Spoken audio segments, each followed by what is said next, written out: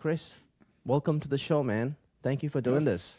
Thanks so much Happy for New having me. Year. It's Happy New Year to you as well. Man, awesome.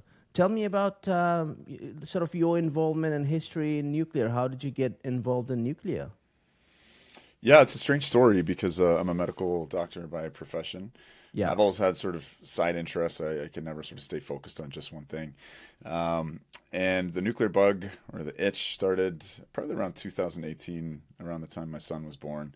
Yeah. I was thinking about problems that may affect his life when you have your first kid. Your time horizons start to extend a little further into the future. Being an ER doctor, we're all sort of a product of our training, right? If you go to law school, I guess you get very argumentative. If you go into emergency medicine, everything is sort of like, what's the most urgent problem? How do we steer, limited resources to, save the most injured patient, for instance, right? Yeah. And so I've always applied that more broadly to what I perceive as kind of societal issues. At the time, I kind of caught the climate bug and became a, pretty intolerable doomer, very boring at parties. And my ex-wife at the time said, just shut the fuck up and do something about it. She meant, she was a little crunchy granola, so she meant, could you take out the recycling, sort that a bit better, make sure the compost goes out. And, being a little more kind of empiric, started looking around at, what potential solutions were, this idea of electrifying lots of the economy, decarbonizing electricity. And to my great ignorance, I knew we had nuclear reactors in Ontario, where I'm based out of, but I didn't realize, what a significant part of our electricity generation they were and how low carbon they made our grid. So that's kind of where the bug started. I've always been, not needlessly contrarian. We're not a contrarian for contrarian's sake, but I do love, diving into issues where I feel like there's, a pretty glaring misperception of reality by large sectors of the political spectrum or society in general, and I really felt that to be the case in nuclear. It's a fascinating technology. I ended up starting the Decouple Podcast. We're about 300 interviews in. Nice. Just super nerding, not just nuclear energy more broadly. How it fits into the global mix, the geopolitics, et cetera. I still got my teeth, clamped down on the topic. Motivations have evolved somewhat. I'm sure we'll talk a bit more about that. I won't monologue endlessly on your podcast, but that's the origin story of it all. That's awesome, man. So, you're 300 episodes in on your podcast, and what have you what are the top 3 things you've learned about nuclear, or what are the hot topics, or what are the main areas that people are trying to, drive nuclear forward? What have you learned about nuclear on your sure. podcast? I mean, I think like nuclear within a broader context, when there's a perception that we're, in an existential crisis, in the 1960s, 70s, that was, resource limits and, population bombs. More recently, that's climate. I mean, humanity's always fairly obsessed around extinction threats, I feel, the end of the world, et cetera. Yeah. And when sort of confronted with these challenges, we tend to have kind of magical thinking. And we see that, particularly I find in energy around kind of magical machines that are going to sort of solve all their problems. And so, I certainly, my journey up the sort of Dunning-Kruger curve of studying nuclear energy and, sliding down the other side. I don't know if your listeners are familiar with that, but basically this idea of, on an X and Y axis, your actual knowledge versus your perceived knowledge of a sector. And, when we know very little, we tend to think we know a lot. And then once we know more, we realize how little we know. And then eventually we, climb the other side of that curve to true knowledge and true sort of accurate self-perception. But in any case, early on, being concerned with climate change in particular, I sort of latched onto the idea that this technology, there'd been sort of a conspiracy against it. And certainly there has been in terms of the way the environmental movement has misunderstood it. But I really perceive that the main barriers to, widespread deployment of what I feel to be a very environmentally friendly and ultimately humanistic technology, that it was being held back by some kind of conspiracy theory, and that it, we could rapidly deploy this technology if we just removed the political constraints on it, and that it would go on to sort of save the world. It feels incredibly naive to be saying those kind of things now, sort of 6-7 years later. But I think, just in general, arriving at a more nuanced sense of, the promise of this technology, and I'm still a big advocate of it. Yeah. But there is a heaping load of bullshit within the space right now. It's very much overhyped. There's a kind of stock market bubble, which if you cobble together a few, engineers and entrepreneurs and start launch a startup, you can immediately attract tens, if not hundreds of millions of capital if you're savvy. And frankly, we're seeing a lot of silliness in the space right now. So, yeah, I mean, again, the sort of core elements here remain true. It's an ultra low carbon technology. I think really another thing I was attracted to with the technology is it really sort of demands your best and brightest and cultivates a lot of incredible expertise. In terms of just education level of people required, precision manufacturing, localization of economic benefits. Other things that come along with it. No air pollution, so clean air compared to other forms of reliable power generation. I mean, in Canada, our reactors make the vast majority of the world's medical isotopes used to sterilize medical equipment. So that touches on my daily practice when I pick up a scalpel or insert an IV or a breathing tube. That's all been sterilized with a product of Canadian nuclear energy. So there's a lot that's great to the technology. I think I've just reached a kind of place of greater nuance. And as I said, it's an overhyped space right now. It's kind of in some ways a kind of welcome. Turn from how underhyped it was 5 or 6 years ago when it was kind of at the nadir of its popularity. But pendulum's going to swing, bro. So that's kind of what's going on right now, I think. Yeah, where do you think it's going to swing? Do you think it's just there's a bubble and it's going to just burst and it's going to go back to what it was, or? It's interesting. I mean, like what we're seeing globally is that there's certain what I'll call like political economies that deliver nuclear well. And there's this funny phenomenon where the political left, hates nuclear, but, historically or archetypally hates nuclear, but loves big government. And the political right loves nuclear, but hates government, essentially, or thinks things should be delivered mostly by the private sector. Yeah. The history of nuclear energy is that it's a technology that operates best at large scale. And so everywhere we've deployed nuclear energy, we've started with tiny little reactors and we've scaled them up to take advantages of economies of scale, which are just a fact of the technology because of what we'll call fixed or inherent costs of nuclear. It is a different technology. It produces radiation. When you turn it off, it's still hot as shit. It takes a long time for what we call the decay heat to decay away. And you need to be able to manage that. So there's a number of systems, shielding, health physicists to look at what the doses might be to expose workers and plan work accordingly. And again, this has been done exceptionally well, and it's, one of, if not the safest form of power generation that humanity's ever created, even with, a handful of accidents that have been thrown in. But in any case, where this pendulum's going, nuclear works great at large scale. It works and is deployed in places that don't just think it's cool, but really need it. So, where I am in Ontario, don't have oil, don't have gas, don't have coal. We were importing a lot of coal from the U.S. and we were like, probably be smarter to pursue a sovereign form of energy, and we have a lot of scientific expertise. So let's invent a reactor, and we deployed that successfully in the 60s and 70s. But sorry, also circling back to this idea of kind of a political economy that can deliver it. China, Russia are kind of knocking it out of the park. Korea to a lesser extent, and essentially you have a sort of ecosystem, an industrial cluster capable of delivering the most challenging of mega projects. So this is like building an airport or major construction project, but to sort of space qualifications where you need to sort of for what we call sort of the nuclear steam supply system, the quality assurance is bonkers, right? Like the paperwork that follows along a single nut. It's not quite the same as it was for, say, the Apollo program. But all that to say, like it's a very challenging technology. Again, need to have. So places that are constrained, like Japan, why did they have so many reactors? Why were they like 40% nuclear? Well, they were the world's second largest economy in the world, until China's rise.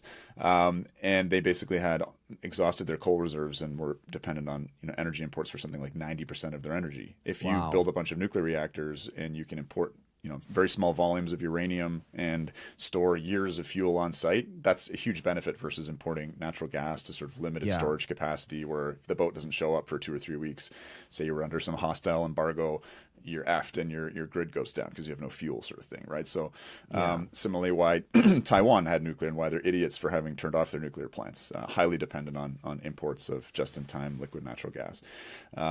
South Korea, you can just look around the world at Europe. Why did they deploy so much nuclear? Because of the oil shock, and they were using a lot of oil to actually produce electricity because it was so cheap in the 60s. So I'm going to tend to ramble a bit in this interview, but hopefully, my ADHD mind is creating some kind of a narrative that you and your listeners can follow.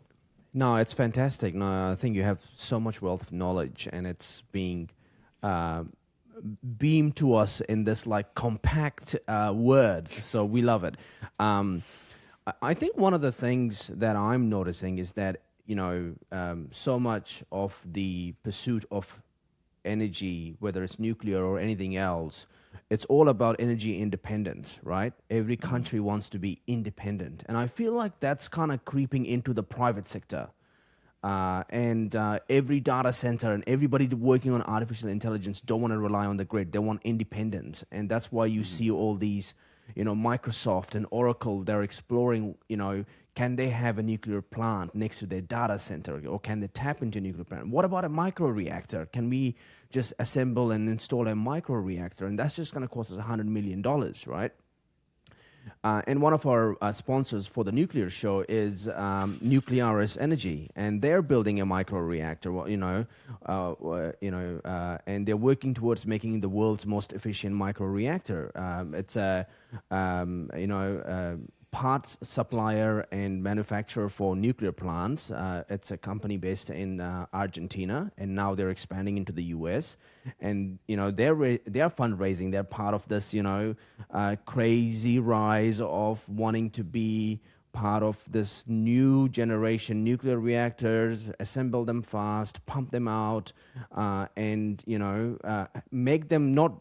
It's not about being cool, but it's about making them accessible to towns, countries, and infrastructure that really need it, and it can enable a lot of good things for them. So yeah, I mean, it's that I think is an interesting observation that I've had. Everyone's going for nuclear because they want that independence in some shape or form. Mm-hmm. Yeah, absolutely. I mean, it's really interesting, the AI data center phenomenon. The cost of energy is actually quite small compared to the cost of the chips, the life of the chips, how often they need to be replaced. I forget the ratios, but it's something like 4 or 5 to 1 in terms of even paying really high price for electricity generation. Yeah. The chips just drive it. And so data centers have been willing to pay premiums for nuclear electricity, partially because there's a bit of a hangover from sort of the pre-Trump, obviously climate concern has really drifted in terms of the new narratives around energy dominance and just the pragmatics of, we need to double our grid not to, deal with this mid to long-term problem of climate change, but we need to, win the AI war, or outcompete China, or, basically create a technology that's going to make us all irrelevant. But in any case, it needs a lot of energy. And there's big conflicts, right? Because especially with these like gigawatt scale data centers, I mean, again, that's enough electricity in the electricity, hogging, North American or Canadian environment. We're some of the highest per capita users of electricity in the world, but that's enough for 1 million households in Canada, one data center. And so it's a huge sort of competition for what is kind of scarce power, because if you look at, how quickly we added power generation historically, from this building spree from, let's say, like the 1900s until the 1970s, we were adding sort of 8% capacity year on year, compounding, where a single executive at a utility might preside over their utility 8xing the amount of power generation on their grid. Like it's what we're seeing in China, essentially, right? Yeah. In terms of the pace of deployment. And, we've basically been stalled out since the 70s and 80s, just sort of replacing and maintaining what we have, maybe 1% growth or less on the grid. And so we've been kind of coasting. And so we're in a moment now where we've also shut down a lot of plants for climate reasons, and to some degree just because of senescence, like things are getting old and breaking down.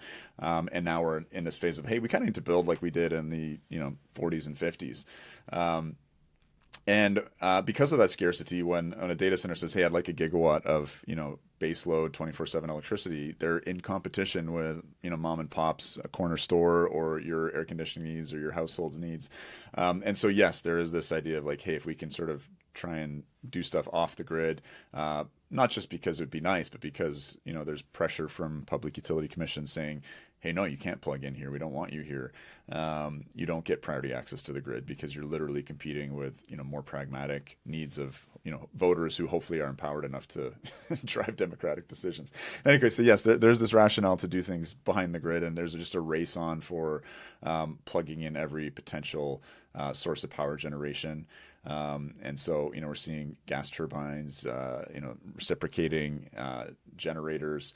There's crazy ideas of, and I actually have to chase down the story to see to the degree to which it's true, but, taking turbines off of aircraft and hooking those up to power generators. I think that's more in the startups proposing that. There's a startup saying we should take reactors fresh off of retired aircraft carriers using bomb grade uranium. They use highly enriched uranium, which is not what the civil nuclear power generation fleet does. But we should hook up old aircraft carrier reactors to power generation on Department of Energy sites so we can just amp out a little more electricity on the grid. In regards to the microreactor space, I'm very skeptical because, again, what we've seen as a kind of iron law of nuclear is that the economics improve as the size goes up. And while there is some suggestion that, hey, the hyperscalers are willing to spend a lot of money on electricity, it's not just the dollars and cents, it's the logistics. And so if you refuel a gigawatt scale, a reactor that can serve the power needs of 1 million people or one of these massive data centers, if you take it offline and refuel it every 18 months versus taking 110 megawatt reactors offline to refuel them, you can just imagine all of the logistics that goes into every stage of managing what is a highly complex technology. And again, that sort of death by 1,000 cuts of some of the inherent costs, again, of managing radiation, managing decay heat, all the systems involved, all the maintenance involved, et cetera. With that death by 1,000 cuts, if you're 1,000 times bigger, you can bleed a little more on those and still be competitive and economic. And that's what we see. Nuclear power plants, particularly once paid off and amortized at this gigawatt scale, produce power for $30 a megawatt. Some of the cheapest power on the grid, once built and established, et cetera. So, I may have some heterodox opinions to some of those sponsors. Hopefully, I don't piss them off in the show. But no, but that's the beauty of the show. It's like we try and I think podcasts are successful because you are not. You are going for the truth, and it's and it I always say to my sponsors that my podcast contains words. So like you're sponsoring something that contains words, and sometimes you don't like those words. So that's okay. And I think they want scrutiny. They want the conversation to be to debate itself, right? Yep. And I had Jonas Helwig, one of the co-founders of Nuclearis. His episode is just up. He's the first episode that we've put up. You are 300 in. I'm 1 in. Yeah. It's a brand new show. It's a sub show on my main show. And so you can listen to that, and the audience can listen to that episode. He makes a very good argument for micro reactors, why they are good, why they work, and why are they the latest new thing. And I'm all for latest technology, and people can go for it. And at the same time, you have to join the argument, right? You have to why is this good? You have to have that use case, and you have to prove it as well. And he makes some really good points around, I think he was saying that the Nuclearis N1 micro reactor takes about 1 to 3 days of maintenance every year, and there is no fuel replacement or anything. Once the fuel is in and it's running, you don't touch it for 25 years. And I'm sure you have much more knowledge on that than I do. I'm just a shit talker, right? I'm a professional shit talker, but right. But the episode's there, and everyone can hear it, and obviously you can have your and your you views, hear me right? kind of LOLing on that because it's easy to make claims in this sector. Sure, There was sort of the godfather of nuclear energy, Admiral Hyman Rickover, this kind of ruthless, I'm not sure if he's electric or mechanical or both, engineer, came up in the U.S. Navy, and basically started the nuclear power generation sector and launched the first types of reactors that have gone on to dominate the world, the pressurized water reactor, as a submarine reactor, and just famous for being just a absolute kind of authoritarian, like, we are going to create a culture of excellence. I'm going to, get the best and brightest, work their asses off, harangue them for taking, 2 days off at Christmas to be with their family. Like, that's showing, it was an era, right, of mission, and, what was delivered is phenomenal. I mean, again, we discovered the phenomenon of nuclear fission in 1938, Otto Hahn and Lise Meitner, with like a, basically neutron source hitting a chunky uranium, and then sort of figuring out, like, holy shit, some new elements were created. Wow, okay, we split the atom. Maybe there's something to this. So 16 years later, Admiral Hyman Rickover, led a program that had launched the first nuclear-powered submarine, which just was a quantum leap in the military potential of submarines in terms of being able to be underwater, basically until your crew runs out of food, refueling every 20 years, circumnavigating the globe underwater, hanging out under the North Pole. So you get a sense of how fast the technology moved, but partially because of the kind of rigor of, one of its really founding geniuses. And he has this memo he calls the paper reactor memo, and basically goes through a list of probably things that Jonah said, right? Of the reactor is going to be simple, it's going to be low maintenance, it's going to use off the shelf components. Your listeners can look it up. And then he talks about what a real world reactor is, and all of the hiccups and troubles and problems that you run into. So, really easy to make claims around, like, 3 days of maintenance, bro. Like, study the history of nuclear energy and, talk to people involved in actually running plants. All those people are going to laugh out loud at hearing that claim. Well, I because it has no basis in reality, not just within nuclear, but just in terms of maintaining your power conversion system. I'm not sure what they're planning on using. If it's I strongly recommend everyone to listen to his episode and not listen to me, because I might be spreading misinformation, or I might be it sounds like it sounds like the typical claims of startups, and startups, hyper's got a hype, right? Like, you got to attract capital, got a hype, and I would say game respects game, except I've got no game in the space. I would have been smarter to become an advisor on a startup company and take advantage of this bubble. But I think it's fun to keep the game to the podcasting, right? But at the same time, there's also a lot of opportunity that I'm experiencing around, working with startups in sort of some kind of like shareholder capacity, like, providing the podcast as a medium for PR and, building the hype type thing, and then, getting compensated as a shareholder or with some equities and this and that. So, so far it's fun to just, don't have much game in it and just talk about what's going on with nuclear. And how do you feel about, you strike me as someone that, big on climate change and all that stuff. How do you find nuclear's role in that? Is it sort of, starting to gain some traction that it could be the next big thing in this journey of climate change and clean energy, renewable energy? I almost feel like wind and solar hasn't really done much the last 15 years, Mm-hmm. Yeah, I mean, definitely I entered into the space as a climate alarmist. I'd probably say I remain alarmed in terms of medium to long-term prospects, although I think there's a number of other sort of potential existential threats that are much more proximate in terms of timeline. Definitely there's a compelling narrative about nuclear as a 24/7 baseload, reliable source of electricity that has, on a life cycle basis, including mining, construction, decommissioning, waste storage, power generation, the lowest life cycle carbon emissions of any power source.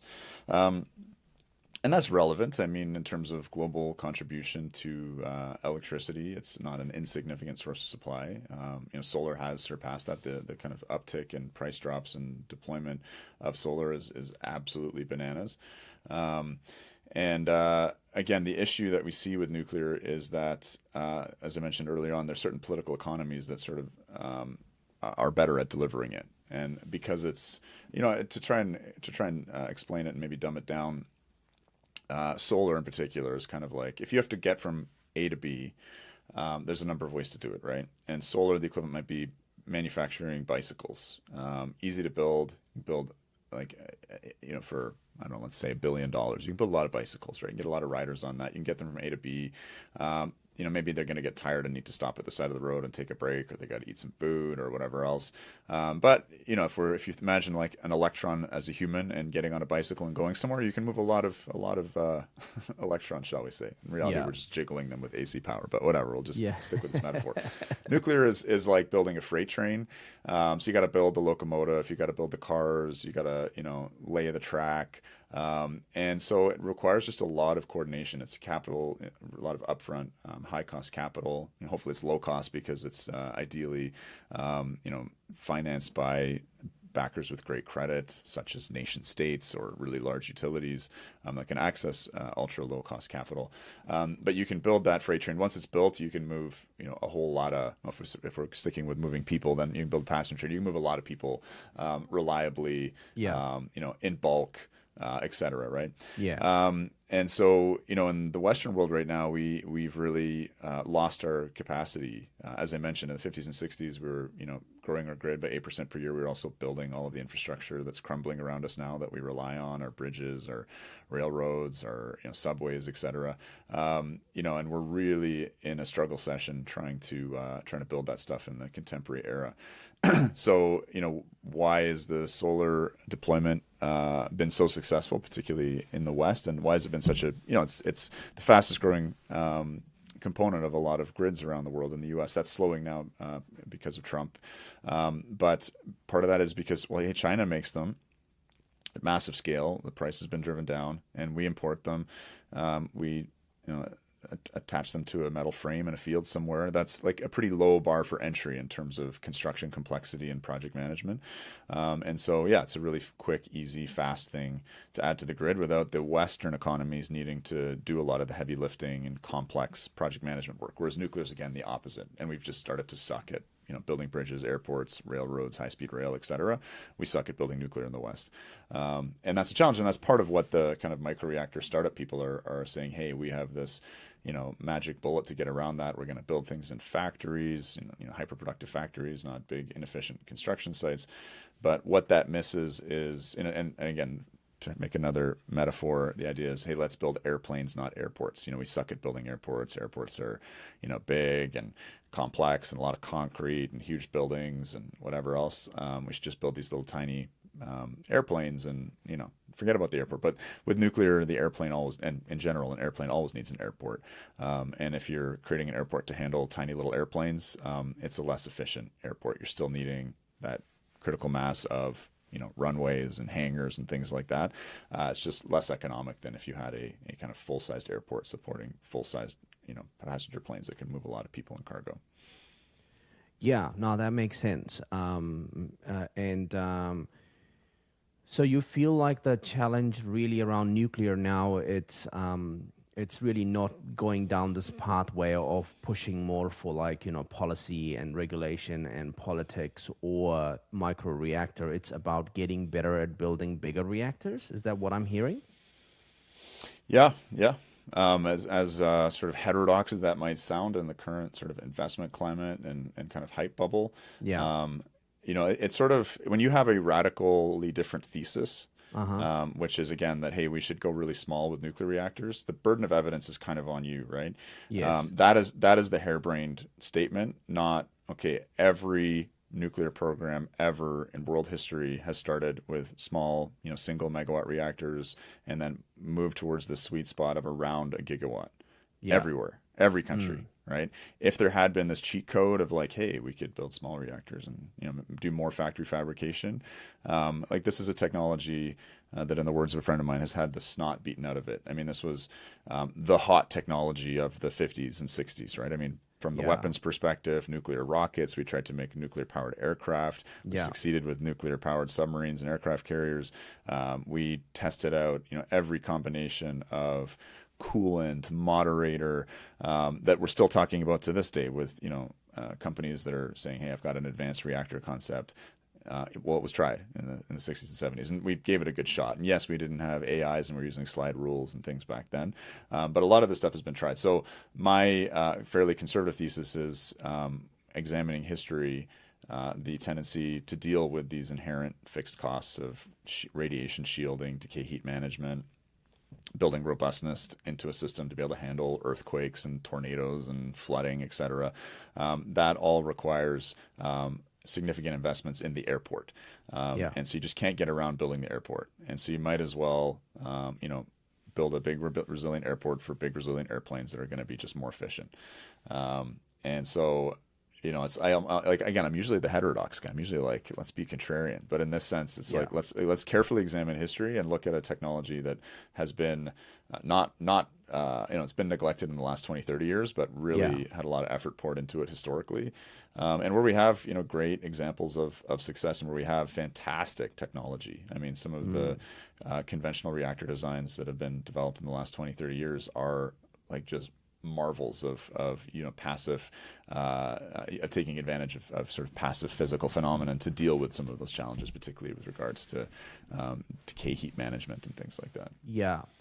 Is that something Canada is trying to figure out, or is Canada the most advanced in terms of trying to, because you have reactors and nuclear plants, and is that something you're trying to figure out to get better at? And you're, part of Canadians for Nuclear Energy. Is that something? Yeah. So in Canada, it's interesting. I mean, the province I'm from, Ontario, we have a population. Geez, I should know this better. I think around 13 million. Yeah. Might be off by 1 or 2 million in either direction there. But in any case, I mean, we have we built 20 large nuclear reactors. Yeah. In this province, currently we have 16. I think we're down to 14. Actually, I think we're down to 12 right now. Anyway, we've got a significant number of reactors still operating, providing about 50% of our power generation. The reactor technology we have needs to have a sort of engine swap out every 30 to 40 years. So we've been swapping out engines sequentially in these reactors.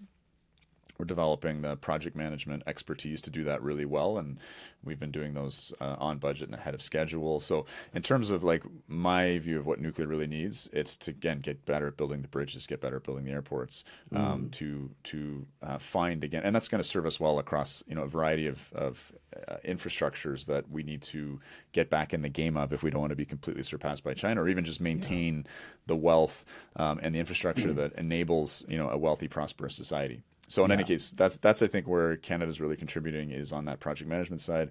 We are currently building the Western world's first so-called grid-scaled small modular reactor. That's a 300 megawatt reactor, so not a microreactor. Microreactors are sort of, maybe 1 to 20 megawatts, so 1,000 to 20,000 households of power generation, if you want to say. This is 300,000 households worth of power generation. So we are building those, leveraging some of the project management skills we got from these engine swap outs of our CANDU reactors.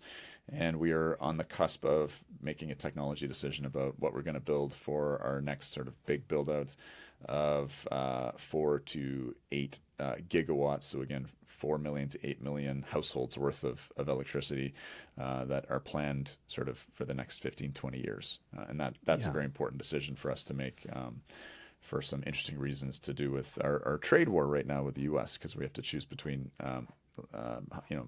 locking down on our Canadian origin technology or abandoning that and taking on a U.S. technology, which will come with some sort of vulnerabilities in terms of our slightly uneasy relationship with you have to play nice to Trump, otherwise he'll fly in and he'll pick you up in the midnight. He might. You know what? You never know. The mad dog. Wow. That guy's next level, huh? That guy's insane. Yeah. He's having fun. He's having a lot of fun. The Chinese curse, may you live in interesting times. It definitely helps fulfill that. Yeah. Well, I had Tony Irvin on my podcast yesterday, and he's been working in the nuclear space in Australia for the last 20, 30 years. And he's also part of a similar organization like yourself, Australians for Nuclear Energy. And Australia is one of the richest uranium, reserves, and they don't have nuclear plant generation, right? And it's been banned by federal law, and there've been a couple of big inquiries to try and justify why it's a better option than burning coal for all sorts of various reasons. and they're still having a hard time trying to get nuclear going. What's your thoughts around, uh, where does nuclear work? Where doesn't it work? What are the justification? Why should you invest big amounts into it? And why are some of these countries, not that keen on nuclear? I think some of it is driven by politics and your ideology. And if you don't like nuclear, then it's like a no-go zone for you, right? But just if you have any thoughts on that. Yeah. I've been to Australia 3 times in the last 3 years. Okay. On sort of the nuclear file, giving speeches and doing some kind of public education Nice. in Australia on the topic. It's sort of bizarrely enough was one of the most important issues in the last election between Labor and the coalition, where the coalition got pretty thumped, but they were putting forward a plan to go all in on nuclear essentially, alongside gas and moderate renewables deployment. Australia, it's interesting. Again, I've said nuclear is a need to have, not a nice to have technology. Australia historically has had no need for nuclear because it has abundant coal and built lots of mine mouth coal plants. I've got to visit a couple of those. You have this huge coal pit. You've got massive conveyor belts bringing that coal right from the mine to the power plant, cluster of power plants, and very efficiently producing really cheap power, which underpinned a lot of Australia's wealth. Those were built in the 70s, 80s, I think a couple maybe into the 90s. So you unlike Ontario where we didn't have coal, you had something that was a little bit cheaper and a little easier to do. There were some efforts to enter into nuclear. A site was chosen. I think some concrete was actually even poured, but ultimately it was canceled. And it's been a very politically contentious issue in Australia. And we were talking about this, I think, in our pre-chat on this interview. Australia, New Zealand have a complex relationship with nuclear energy. The French and the British did some of their nuclear weapons testing, the Australians in the Australian outback, and the French, I guess, in some atolls that are kind of in your general neck of the South Pacific woods. And that didn't make any friends. The whole sort of public perception side of nuclear is significant. We have interesting examples, again, different narratives here, but in the Philippines, for instance, a nuclear power plant was built, finished, ready to load fuel in, and never turned on because it was built under the Ferdinando Marcos dictatorship, I believe. In Taiwan, for instance, a lot of the narratives around wanting to shut down their nuclear plants are not really around fear-mongering around accidents and radiation. It's that they were built by the Kuomintang government, which was not a very savory one in terms of having authoritarian policies. And so nuclear sort of got caught up and was the victim of a bit of sort of brand association with unsavory, kind of politics within countries. So there's reasons why countries have turned against or not turned on to nuclear. As you mentioned, Australia's, I think, got the first or second largest uranium reserves in the world. And it is funny that they dig that up and ship it around and are significant. They fuel a significant chunk of the world's nuclear fleets, but they won't do it at home. They do have a powerful research reactor. They do have a regulator, and so one would think, hey, maybe you should dip your toes into this and diversify. If you care about emissions, then and you're shutting down your coal fleet, maybe you want a reliable 24/7 source of electricity and not to put all your eggs in the wind and solar basket, which we have to face it. No country has reached very high levels of predominantly wind and solar power production yet. They may succeed. There may be some technological leaps that are going to enable energy storage to be sufficient to not only run sort of residential and light commercial needs, but also heavy industry and maintain a full spectrum kind of industrialized society. I find Australia is hilarious, man. Like it's a really interesting country. Just to go on a slight little side note diatribe, like it's this. I sort of conceive it as this like minerals version of a petrostate, right? Like a huge chunk of the foreign exchange that they earn is from digging and shipping minerals. Not really much value add. This former British colony, then kind of an American colony, now in a sense almost like a Chinese colony. Just loading iron ore into ships, sending it to China for it to be processed there. The country has there's a economic complexity indicator score that's used to sort of judge, like, how full spectrum is your economy, right? Do you have manufacturing? Do you have heavy industry? Do you have a service economy? Are you a player in a number of different technologies in manufacturing? Australia, I think, is in 73rd position between Uganda and Pakistan. Obviously, GDP is different than those countries, but in terms of what the economic activities and the complexity of those activities that exist in those countries, Australia is falling far. They used to have an automotive industry, due to globalization, didn't make sense to make cars competitively in Australia anymore, for instance. So, part of it's for that reason. But that leads to a country where so much of the wealth comes from mining. That's something that happens way out in the outback. It supports, a pretty cushy urban population that's just cut off from the material realities of the source of a lot of their wealth. It leads to, the Green Party, for instance, having a pretty big sort of say in Australian politics.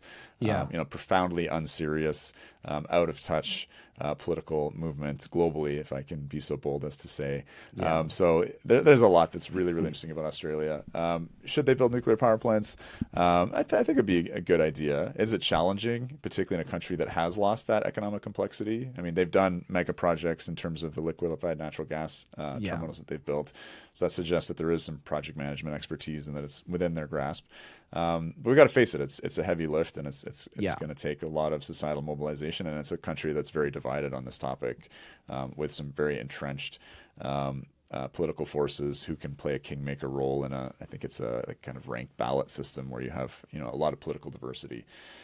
So yeah, it's challenging in Australia. I'm curious about New Zealand because if New Zealand is dependent on, and I haven't done much research on New Zealand, but if it really is dependent on a lot of energy imports, if it doesn't have its own natural gas or coal or oil, which I suspect it doesn't, there's a certain vulnerability there, and that has been a great use case for nuclear. And again, why Japan, South Korea, Taiwan, and other sort of island nations have adapted nuclear energy. I know that there's some sort of seismic issues. You've got some active fault lines and things there, but curious about the scenario in New Zealand. I mean, it's New Zealand is, we're talking about this idea of why Australia is not doing nuclear and mobilization of, big scale projects and the complexity around that, and whether your, diverse political system is stopping your capabilities from developing to do complex projects, right? In New Zealand, it's sort of similar in many ways. And when Jacinda Ardern came into power in 2017, she announced the ban of oil and gas exploration. No more digging of the oil and gas, and that brought a huge shift in terms of nobody wanted to invest into oil and gas exploration anymore. And there was also a lot of talk about that, we are running out, we can't find any more, this and that. But at the same time, there was not much planned into, what's the alternative, right? You can't announce oil and gas and then go, okay, we need to go find alternatives. You need to have We'll go buy other people's oil and gas, right? That's what it sort of turns and that's what into, we started right? doing. We started importing coal. It's like, what is going on here? What is the thinking here, right? You can't just, so that kind of happened. And New Zealand's pretty good. Like, we have hydro in terms of climate and renewable energy. There is a lot of, hydro plants. There's a lot of renewable. There's a bit of wind as well.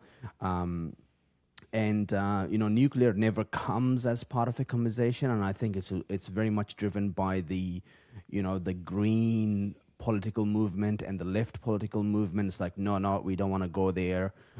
We are a nuclear-free society, and we want to be nuclear-free. There seems to be a very premium price to that in terms of, we want, like for trade. New Zealand is a big trade country. There's a lot of export of meat and wine, so it comes with that sort of reputation, right? And they are very strict around protecting that. And if you, for example, are selling wine and you are contaminating and mixing water in your wine, you're going to get fined very heavily. If you come into New Zealand with an apple in your bag and you haven't declared it, you're paying $800 New Zealand dollars for that apple as a fine. That's how serious New Zealand can be about these things, right? Yeah. And the consequence of that is, people suffer from higher prices. This winter, it was so difficult for a lot of families. They had to just, freeze, and they could not afford their electricity bills. And in Australia, it's worse. The electricity bill is frightening, right? So you have to question, like, what is really going on with the collective thinking and consciousness? Are we actually being intelligent as a species? And are we doing the most complex projects? Are we really pushing the boundaries here in terms of where we want to go? I live in Taranaki. It is in the North Island, at the southwest of the North Island.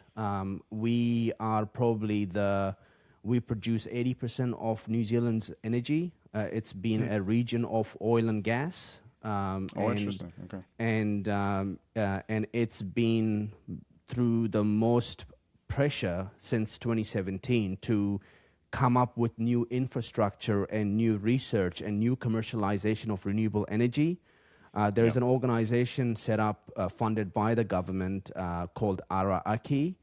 It's a Maori name, and they are very much invested into try and commercialize hydrogen, for example, for high commercial, high rail type projects, and all sorts of different things. And everyone's been involved in that conversation. It's like, why not nuclear? Why not that? Why not this? Why not that? What about working with Tesla? What about this?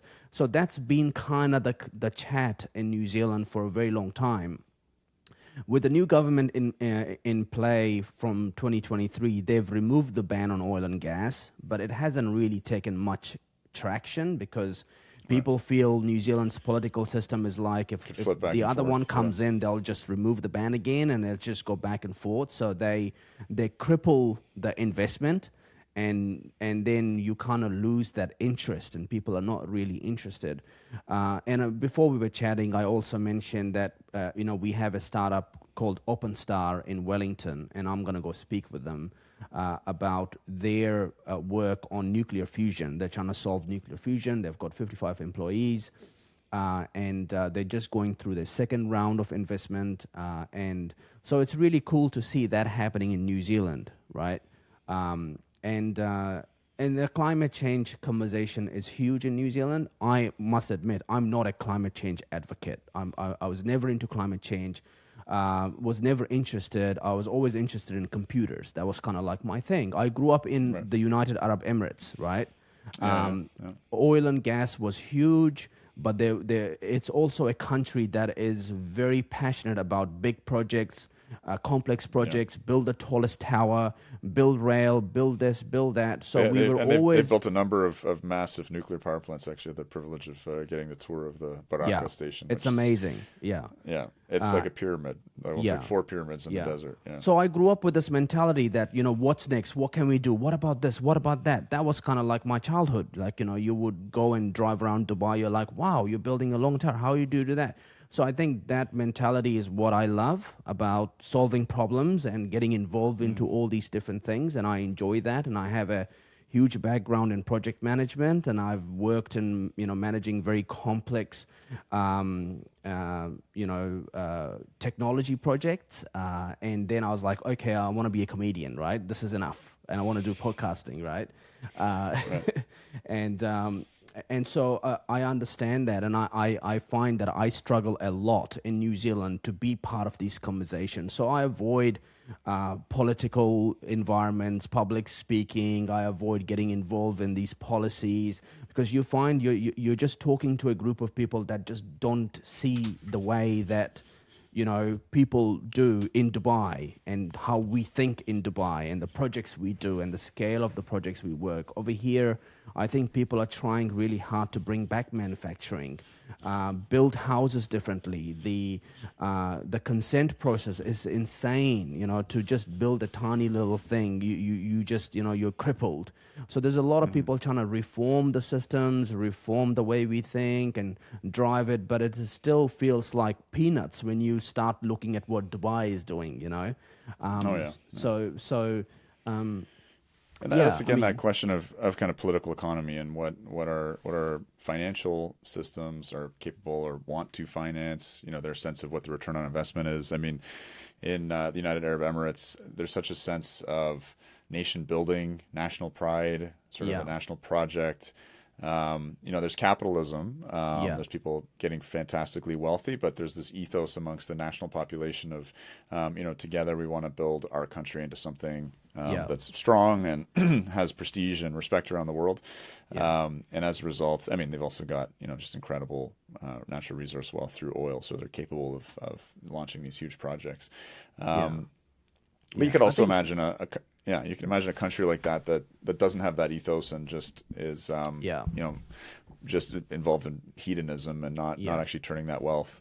Like when I was at the Baraka nuclear station, again, you have these 4 gigawatt scale reactors, almost like a gigawatt and a half, right next to each other. The whole complex is probably more than a kilometer long. These massive domes arising from the desert. When they were building it, they said that people would sometimes try and stop over because they thought they were building mosques because of the size of the containment domes rising up out of the desert. But being there and being like, you are transforming your fossil fuel wealth into this other form of power generation, and just seeing again that transformation of hydrocarbons into the splitting of atoms, and this probably 80 to 100-year piece of infrastructure that diversifies their economy, makes them less dependent on importing gas from Qatar. yeah, It's wondrous to see, and I think in the West we've really lost that. yeah, We haven't seen the world's tallest building go up. We haven't. yeah, That's what we used to do, and we don't do that stuff anymore yeah, for yeah, a variety of reasons, both political economy, but also just cultural as well, right? As mm, you mentioned, like you grew up with that awe of like big projects and building big things, yeah, and that's not an ethos that kids growing up here have. They're terrified the world's coming to an end. yeah, They don't try hard in school because yeah, whatever. Like we're kind of decadent. Like yeah. it's interesting. Yeah, it's pretty bad in New Zealand, I must say, because a plethora of things have come together to just make things worse for a lot of people, and it almost feels like the entire middle class of society is destroyed. It's gone. You either have elite middle class or people have gone back to become working class, right? Yeah. And a lot of it has come from just like pushing too hard for climate change and inflating climate change actions in terms of the time we have with climate change, like spiking the prices, and they all want to be carbon neutral by 2050, and it's going to cost trillions and trillions of dollars with no return. It's like, okay, what is the return? How does this work? And there is a lack of honesty around how society is being reorganized, right? Do people want to be part of it or not? So now there's a big push around, climate change is a scam. We don't want to have involved, I don't want to talk about climate change, right? So that's how people feel, because they're seeing their lives being destroyed, their businesses being destroyed, and they're being, reorganized into different groups of people. So there is a lot of that kind of, New Zealanders are leaving in the thousands every week. They're just leaving. They're going to America. Wow. They're going to Australia. They're going to Canada. They're going everywhere other than New Zealand, right? There's like 150, 200,000 people unemployed. This year has been the worst. And it just the list goes on. The new prime minister is so much invested in climate change that he's putting $24 billion in the Paris Agreement. And he's like, there will be a return. It's like, what is the return? So was there a flip back? Because there was a conservative politician that came in after Jacinda. Has it flipped back to a more left? Because I understood that conservative politician was, again, lifted the ban on oil and gas and was more pro-development. Yeah, so in New Zealand, we have a coalition of National Party. And we have New Zealand First, who have lifted the ban, and they have the Ministry of Energy, I believe. And then we have the ACT Party, right? So those, you could say the ACT Party is conservative, and the National Party is very much in the center right, right? But it still has a lot of left-leaning type, like ban social media for under 16s, climate change is real. We got to push for, they're always at COP 28 and COP 31, which is in Turkey, and and I have no issues with climate change. And if you want to do that, that's cool. It's very important to try and not inflate it. You don't want to do too much upfront. You have to try and find a way that it works for everyone. And like Elon talks about that a lot. It's like climate change in the short term is highly inflated, right? And maybe that's like you can have a good argument of that. You said you're a climate alarmist, right? So maybe a lot of that is driven by that. Yeah, I mean, I'm a climate alarmist, but also I think a climate realist, and it's okay. Like human civilizational metabolism. Like we are Homo ignis. We're the fire ape. Right? Like we co-evolved with fire. We wouldn't have short guts and small jaws and big brains without fire if we couldn't offset a bunch of our metabolism, even as like Paleolithic creatures, to the cooking of food and staying warm in that way. And the Industrial Revolution just supercharged that, obviously.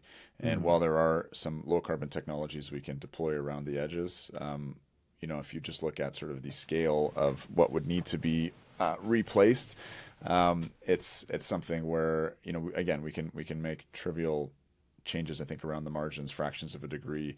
I think that ultimately unconstrained climate change, what the geologic record shows is that it's going to be pretty impactful. Humanity can adapt, but not without a pretty heavy price. But ultimately, the ability we have to act and actually shape things is quite limited. And then it's a tragedy of the common situations where if New Zealand does an absolute bang up job and China keeps they started construction on 95 new coal plants last year. So if New Zealand's able to shut down one coal plant, what does New Zealand get in return for that? Not much other than a slap on the shoulder and some virtue points. So it's for me it's a complex issue, and it's easy to develop these positions which are I guess like avoid cognitive dissonance, such as hey, climate change is no big deal, and we should go on and develop all our oil and gas, and that's sort of I take a more nuanced and uncomfortable situation where it's like we should probably develop a bunch of that oil and gas, but we are going to get and New Zealand also has a very huge, complicated and disputed history. It has a racial issue with the Maori, the indigenous people. They have a very different approach to life and how they see, and in terms of like they're not about wealth and economy, and they don't want their natural resources being destroyed. So they don't want mining. They don't want none of that, right? So so there's a lot of that kind of complications also come into play in terms of, can we do big projects? Can we do big projects? Who's doing big projects, right? Where is the big project, right? If you love projects, that's kind of like what you wake up for in the morning. It's like, what are we doing? And flash news, we're doing nothing. We just export everything, right? just import. And now, like, we're not having enough kids, or just migration, just bring them in, right? So it's an interesting one, and although I'm a New Zealander and I've been living here for 20 years, I'm a citizen of New Zealand. You got the accent? I got a little bit of the accent. It's kind of like I spent some time in Melbourne, I spent some time in Amsterdam, so it's kind of like a mixed thing.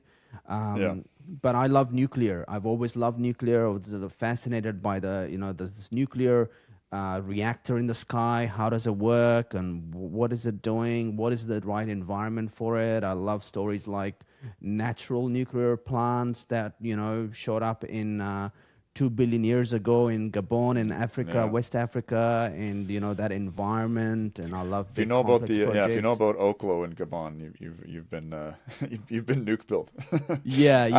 Unfortunately, I got to run. I have another call coming in a couple minutes. No, thank you so much for being on the show, Chris. Just quickly, give us a quick shout out of your podcast and your links and where people can find you, and quickly. Sure. Yeah. So I am on Substack.